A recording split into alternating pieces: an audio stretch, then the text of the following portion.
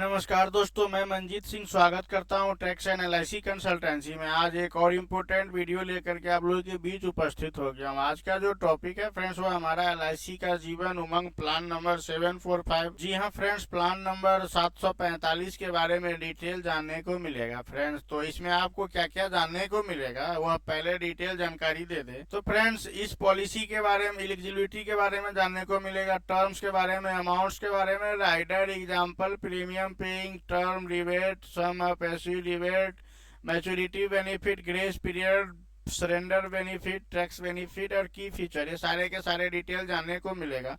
इससे पहले चैनल पे पहली बार आए तो प्लीज वीडियो को लाइक कर दीजिए, चैनल को सब्सक्राइब कर लीजिए और बेल आइकन हिट कर लीजिए फ्रेंड्स। तो समय न गवाते हुए हम वीडियो को स्टार्ट करते हैं। तो फ्रेंड्स, एलआईसी का जीवन उमंग प्लान नंबर 745 है यह फ्रेंड्स। इसका प्रोडक्ट समरी की बात करें फ्रेंड्स, तो यहाँ पे जीवन उमंग प्लान नंबर 745 यह नॉन लिंक प्लान है फ्रेंड्स। यह इंडोमेंट प्लान है और non link with profit plan है। यह whole life insurance plan provide करती है फ्रेंड्स। इसमें एक सर्वाइवल बेनिफिट एनुअल के तौर पे जो 8% मिलता है, इसका भी आप लाभ उठा सकते हैं। और इसमें 8% जो आपको सर्वाइवल बेनिफिट मिलता है, वह बहुत सारे लोग एज ए पेंशन प्लान के तौर पे भी जीवन उमंग प्लान को लेते हैं। तो आप एक पेंशन प्लान के तौर पे भी ले सकते हैं। यह प्लान का एक खास बात है कि यह 3G प्लान है। अगर आप अपने बच्चे के नाम पे ले, टैक्स में बेनिफिट मिल जाएगा और बच्चे को एक सर्वाइवल बेनिफिट पूरा होल लाइफ मिलेगा फ्रेंड्स। और उसका जो मैच्योरिटी है वह अगर अगले जनरेशन को मिलेगा, तो इसको आप 3G भी कहा जा सकता है। 3 जनरेशन के लिए प्लान ले सकते हैं। इसकी एलिजिबिलिटी की बात करें फ्रेंड्स, तो जो बच्चा 90 डेज का है उसको भी आप दे सकते हैं। मिनिमम एज एट एंट्री की बात करें तो, और मैक्सिमम एज एट एंट्री की बात करें फ्रेंड्स, तो अगर पीपीटी 15 साल के लिए लेते हैं तो 55 वर्ष के व्यक्ति को भी दे सकते हैं। अगर 20 वर्ष का पीपीटी लेते हैं तो 50 वर्ष तक के व्यक्ति को लिए लिया जा सकता है। अगर 25 वर्ष के टर्म पे लेता है, प्रीमियम पेइंग टर्म, तो आपको 45 वर्ष मैक्सिमम एज एट एंट्री होगा फ्रेंड्स। अगर 30 वर्ष के लिए लेते हैं तो मैक्सिमम एज एट एंट्री 40 वर्ष होगा। और मैक्सिमम एज एट मैच्योरिटी की बात करें तो यहाँ पे 100 ईयर्स है फ्रेंड्स। 100 ईयर्स तक आपको यह पॉलिसी रिस्क कवर प्रदान करती है। टर्म की बात करें फ्रेंड्स, तो यहाँ पे 4 प्रीमियम पेइंग टर्म है। 15 ईयर्स, 20 ईयर्स, 25 ईयर्स, 30 ईयर्स। और उसमें एज एट एंट्री की बात करें तो अगर 15 ईयर्स के लिए लेते हैं, तो अगर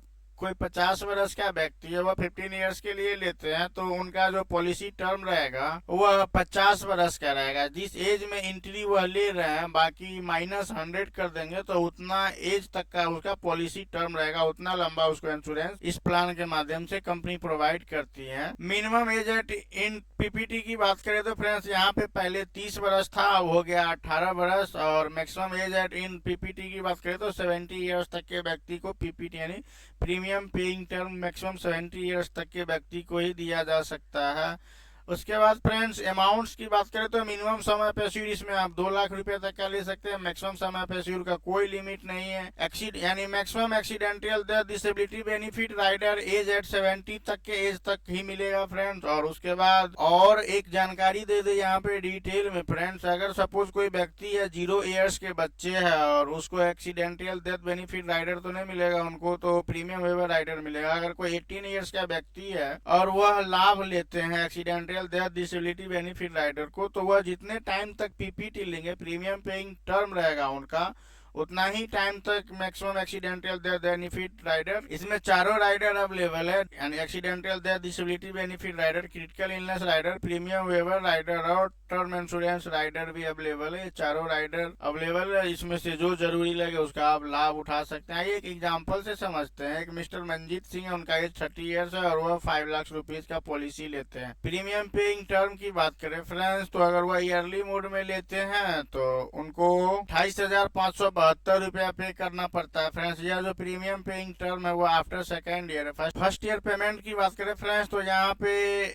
4% टैक्स लगता है, जबकि सेकेंड ईयर से 2.25% लगता है। तो हमने सेकेंड ईयर से लिया है, फर्स्ट ईयर का थोड़ा सा ज्यादा हो सकता है। और अप्रोक्सीमेटली प्रीमियम पेड की बात करें तो 5,72,068 रुपीज यानी प्रीमियम पेमेंट होता है। और मैच्योरिटी की बात करें फ्रेंड्स, तो यहाँ पे एक मोटा सा मैच्योरिटी मिलता है 48 लाख रुपीज 77,500। यह एक बड़ा सा मैच्योरिटी अमाउंट मिलता है। समय पे एश्योर मिलता है, टोटल बोनस मिलता है और मैच्योरिटी 100 ईयर्स पे मिलता है। सपोज अगर 100 ईयर्स तक पॉलिसी धारक नहीं जीते हैं तो जिस एज में डेथ होता है उसके अकॉर्डिंग या मैच्योरिटी बेनिफिट थोड़ा सा वेरी करता है। और हाई समय पैसिव रिबेट की बात करें फ्रेंड्स, तो यहाँ पे 2 लाख से 5 लाख तक पे कोई रिबेट नहीं है, और 5 लाख से 10 लाख पे 2.2% का रिबेट है, और उसके बाद 10 to 15 लाख पे फ्रेंड्स 3% का रिबेट है, और उससे ऊपर कोई भी अमाउंट का लेते हैं तो 3.5% का रिबेट मिलता है।